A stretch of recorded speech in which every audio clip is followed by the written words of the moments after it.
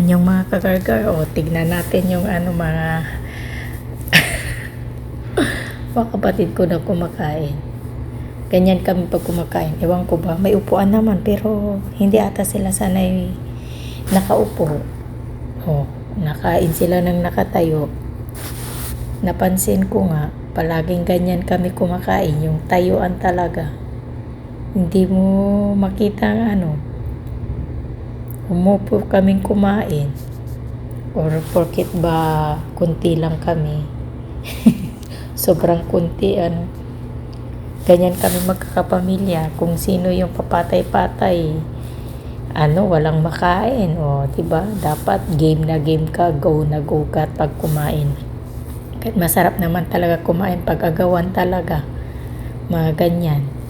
Tapos pag naman na, pagligpitan na, iisa na lang natitira dyan na tao. Mga ganyan bang banat. Mga ganyan naming namimiss ko din kumain ng sabay-sabay. Mga ganyan. Kulang yung lamesa namin kahit sobrang haba. Pwede pang patungan ng isa. Sobrang liit. Kaya yung iba, nasa labas na lang kumakain.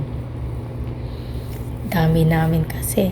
Ganyan yung pamilya namin. Sobrang, haba ng lamesa. Habaan mo din ng pasensya. Mga ganyan. Kaya, pag patay-patay ka talaga, tutong yung sayo. O, diba?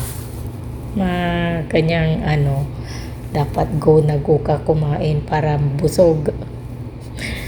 Totally kami, ang bilang namin is 36. Lahat na, pamangkin, apo, manugang, lahat. 36 kami. Kaya kulang na kulang yung lamesa sa amin. Ganyang trada. Pag tinawag na kain, talagang kakain. Kasi pag hindi ka talaga sumulong dyan sa lamesa, wala kang makakain. O, diba? Ganyan kami karami. Sobrang dami. Kaya pag, hugasan ng pinggan, kawawa yung tagahugas. Pero, mainam na ngayon kasi hindi na sila magpapump. Nung kaming mga bata pa nagpapump kami ng tubig bago kami makapaghugas ng pinggan. Iigibin pa namin sa kabilang bahay bago kami makapaghugas ng pinggan. Ngayon mayroon na. O, diba? Kaya ang sarap ng kain pag ganito talagang agawan. Diba? Mga ganyang aura namin. Ayos talaga. Dito kahit ang daming makain, kung mag-isa mo lang kakain, hindi masarap. Mas masarap pa rin talaga yung gayaw-ngawan, sabi nila.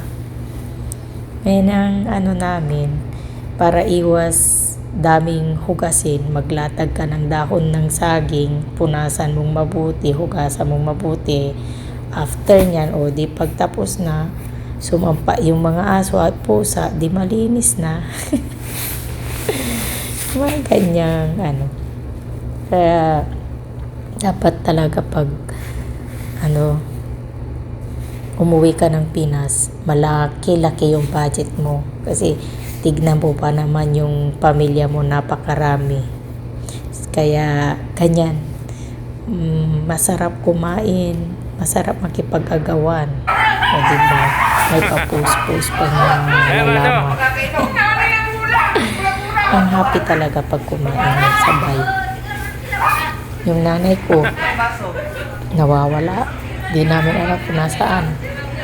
Yung pala, pinapanood lang kami doon sa likod. Nasa likod pala siya. Pinapauna kami kumain. Gayaw-ngawan. O, diba? Hindi mo mapansin yung busog mo. Diyan kasi talagang over. Grabe, ang sarap ng kain. Kahit ganyan lang. Yung pagkain, sama-sama. Ang sarap talaga. Tapos after nyan, 1 hour, then shot na naman. O, diba? Ganyang banat. Shot. Kami. banding namin magkakapamilya. Kaya ganyan yung ano namin, Kasi, pagkakain, sama-samahan. reservation na naman. Kaya dito na kami. Ayos na ayos. May Eh, lalabas siya. nagdadaldal ulit ako dyan. Kain mo muna. Hindi malalaglag yung ulam mo. Kayo na lang umusga kung gaano kami katakaw.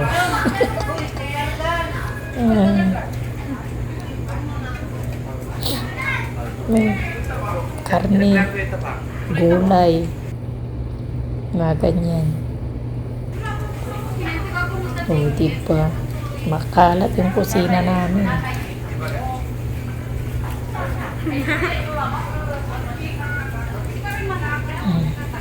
Wow! Namit!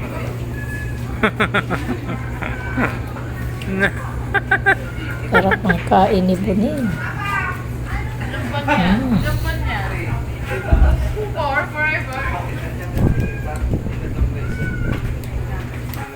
So, yun lang ang aming family dinner. Oh, wow. Lalo na pag malalaki na yung mga apo ko dyan, makibayaw-gawan na rin sila dyan. Oh, yan. Tapos din ang aming kain-kain.